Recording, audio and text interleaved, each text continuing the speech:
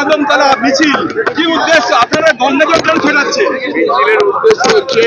মিছিলের উদ্দেশ্য হচ্ছে বাংলায় সারা ভারতবর্ষ জুড়ে যেখানে বিজেপি সরকার আছে সেখানেই বাঙালিদের উপর অত্যাচার হচ্ছে এবং বাঙালিদেরকে বাংলাদেশি বলে চিহ্নিত করা হচ্ছে এবং তাদের অত্যাচার হচ্ছে, তাদের জোর করে পাঠিয়ে দেওয়া হচ্ছে।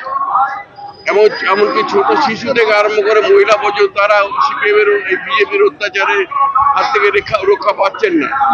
সেই কারণে আমাদের আজকের মিছিল বাংলার মমতা বন্দ্যোপাধ্যায়ের নির্দেশে আমরা সারা রাজ্য জুড়ে বাঙালিদের অত্যাচারের প্রতিবাদ জানাচ্ছি।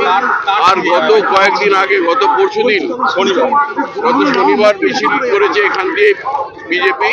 সেই কারণেই আমরা এখানে গঙ্গা জল ছিটিয়ে এই অপবিত্র জায়গাটাকে পবিত্র করছি। আচ্ছা, সেই কারণেই এই গঙ্গা জল ছেটানো হচ্ছে।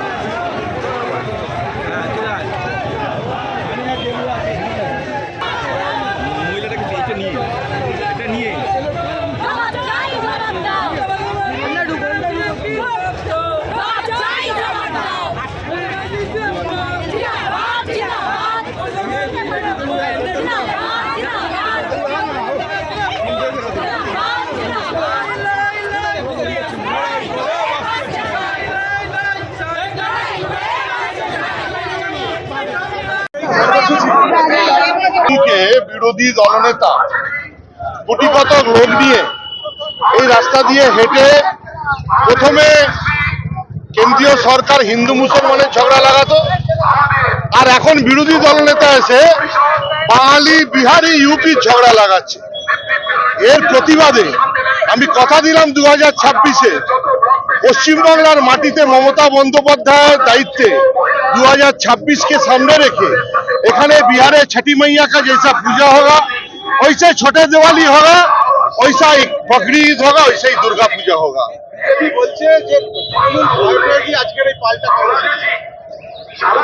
কে ভয় পাচ্ছে কে না পাচ্ছে সেটা বাংলার মানুষ জবাব দেবে।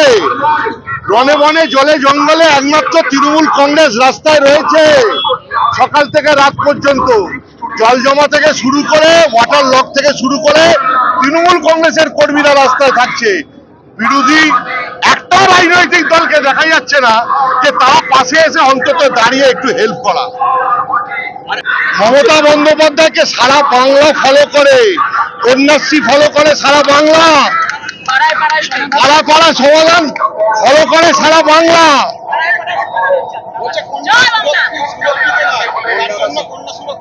আমি নরেন্দ্র মোদীকে জানাবো যে অপরাজিত বিলটা কেন আইনে তোলা হলো না, এর জবাব চাইছে বাংলার মহিলা সমাজ, বাংলার মা বোনেরা চাইছে যে অপরাজিত বিলটাকে কেন নিয়ে আসা হচ্ছে না, যেটা বিধানসভায় বাংলার মুখ্যমন্ত্রী পাস করিয়ে কেন্দ্রীয় সরকারের কাছে পাঠিয়েছে, অবিলম্বে রাষ্ট্রপতির কাছে পাঠিয়েছে। অবিলম্বে আমরা এই বিল আইনের প্রয়োগের দাবিতে আজকের এই মিছিল হবে।